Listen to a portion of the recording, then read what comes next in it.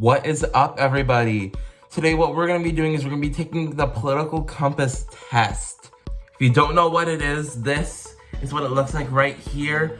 Basically, the more up you are, that's the more authoritarian you are in your political beliefs.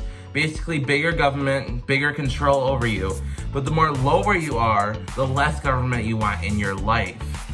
Well, the more left you go, that's more economically you think. Maybe socialism, communism, the democratic socialism, doesn't have to be radical, or how far right you are, it's how far right you think economically.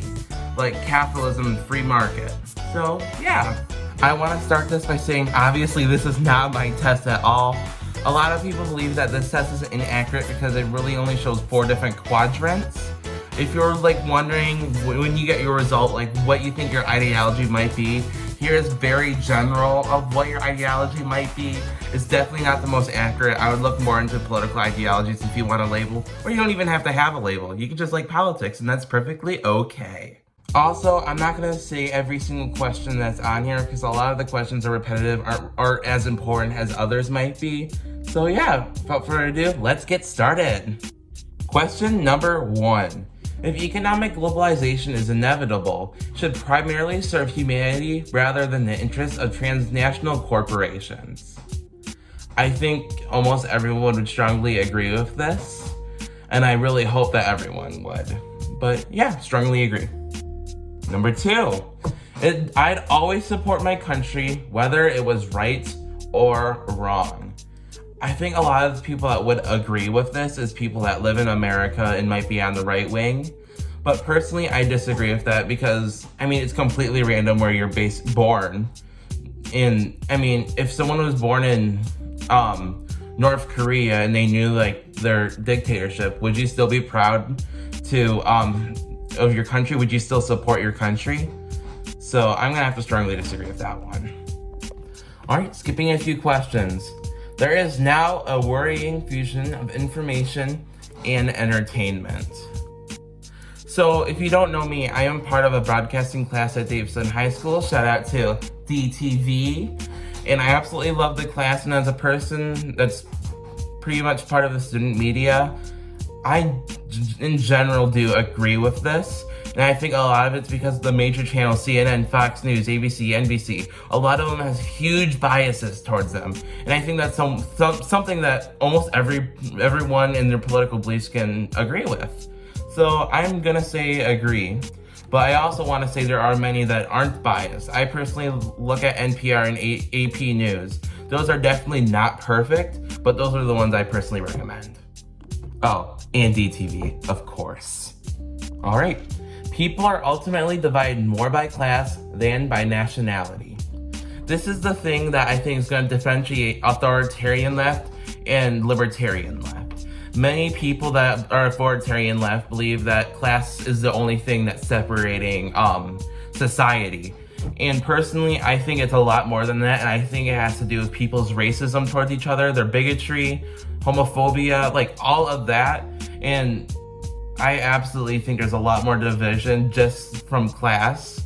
So I'm gonna actually strongly disagree with that one. All right. Controlling inflation is more important than controlling unemployment. I think this is a very, very relevant one for today. And personally, I'm gonna strongly disagree with that one. I think a lot of times it needs to come down to the individual and the workers. I personally would pay more for gas or groceries if it meant that the workers had their rights and a fair wage. That's just me personally though. But yeah, strongly disagree. I'd also like to say that I'm still young and my views could absolutely change in the next couple of years once I eventually do live on my own. I'm still 16. All right, skipping a couple more questions. Those with the ability to pay should have access to higher standards of medical care. This is something that's definitely going to try and push you farther left on the compass. And for me, it's definitely going to work. Strongly agree. I used to be a Bernie Sanders fan in the 2020 Democratic primary, and I still love him to this day, but yeah, I don't know if he could be president because of how old he is. Still love him though. All authority should be questioned. I absolutely do agree with this one personally. I believe that when we elect our leaders in a position, I think that we need to hold them to some standards, and we can't just be like, oh yeah, they could do whatever they want. I mean, they're rich. Like, no. I absolutely think that they deserve to be questioned. And even like non-politicians, just like teachers and stuff, or parents sometimes, just think through, if you're getting a consequence or going through a situation, think through in your head, do you believe this is fair? Do you question the authority of this person in their decision making? Doesn't make them exactly a bad person, but it can make that decision that they made a bad thing. But yeah, I think they should absolutely always be questioned. Next one. An eye for an eye and a tooth for a tooth. This is one where I think I've been on both opinions throughout my life. And for now, I'm gonna say I disagree, and I could actually change later in my life. But for now, I believe in rehabilitation. I believe that people can get better. And with like just saying an eye for an eye and a tooth for a tooth, like, I mean, there could be accidents and stuff like that happen. And I mean, I don't want someone to die if they make a bad move while driving and they kill someone. I don't think that person should die, but I think they should be held responsible to their standards, and they should be able to get the help they need and take the consequences of their actions. But overall, I don't think an eye and an tooth for tooth is not the solution to everything. No. Next. Possessing marijuana for personal use should not be a criminal offense. This is something I agree with. My personal opinion on drugs is they should all be decriminalized, but with hard drugs and stuff like that, there should be rehab centers that be open. And this has been proved to work in many countries in Europe and stuff. And this is something I think we are very behind on in America, and that's something we need to implement, because clearly prisons do not work with preventing people from getting drugs. So, strongly agree. I think marijuana in many cases might be even better than alcohol. But yeah, strongly agree for this one. Alright. No broadcasting institution, however independent its content, should receive public funding. This one absolutely affects me because DTV is part of a public school, and if I said that I absolutely agreed with this, then there'd be no more DTV. So I absolutely strongly disagree. I think with public funding, this allows for more content for people to be able to watch without cable that can't afford it or any other streaming services. So yeah, strongly disagree. Support your public funded broadcasting institutions.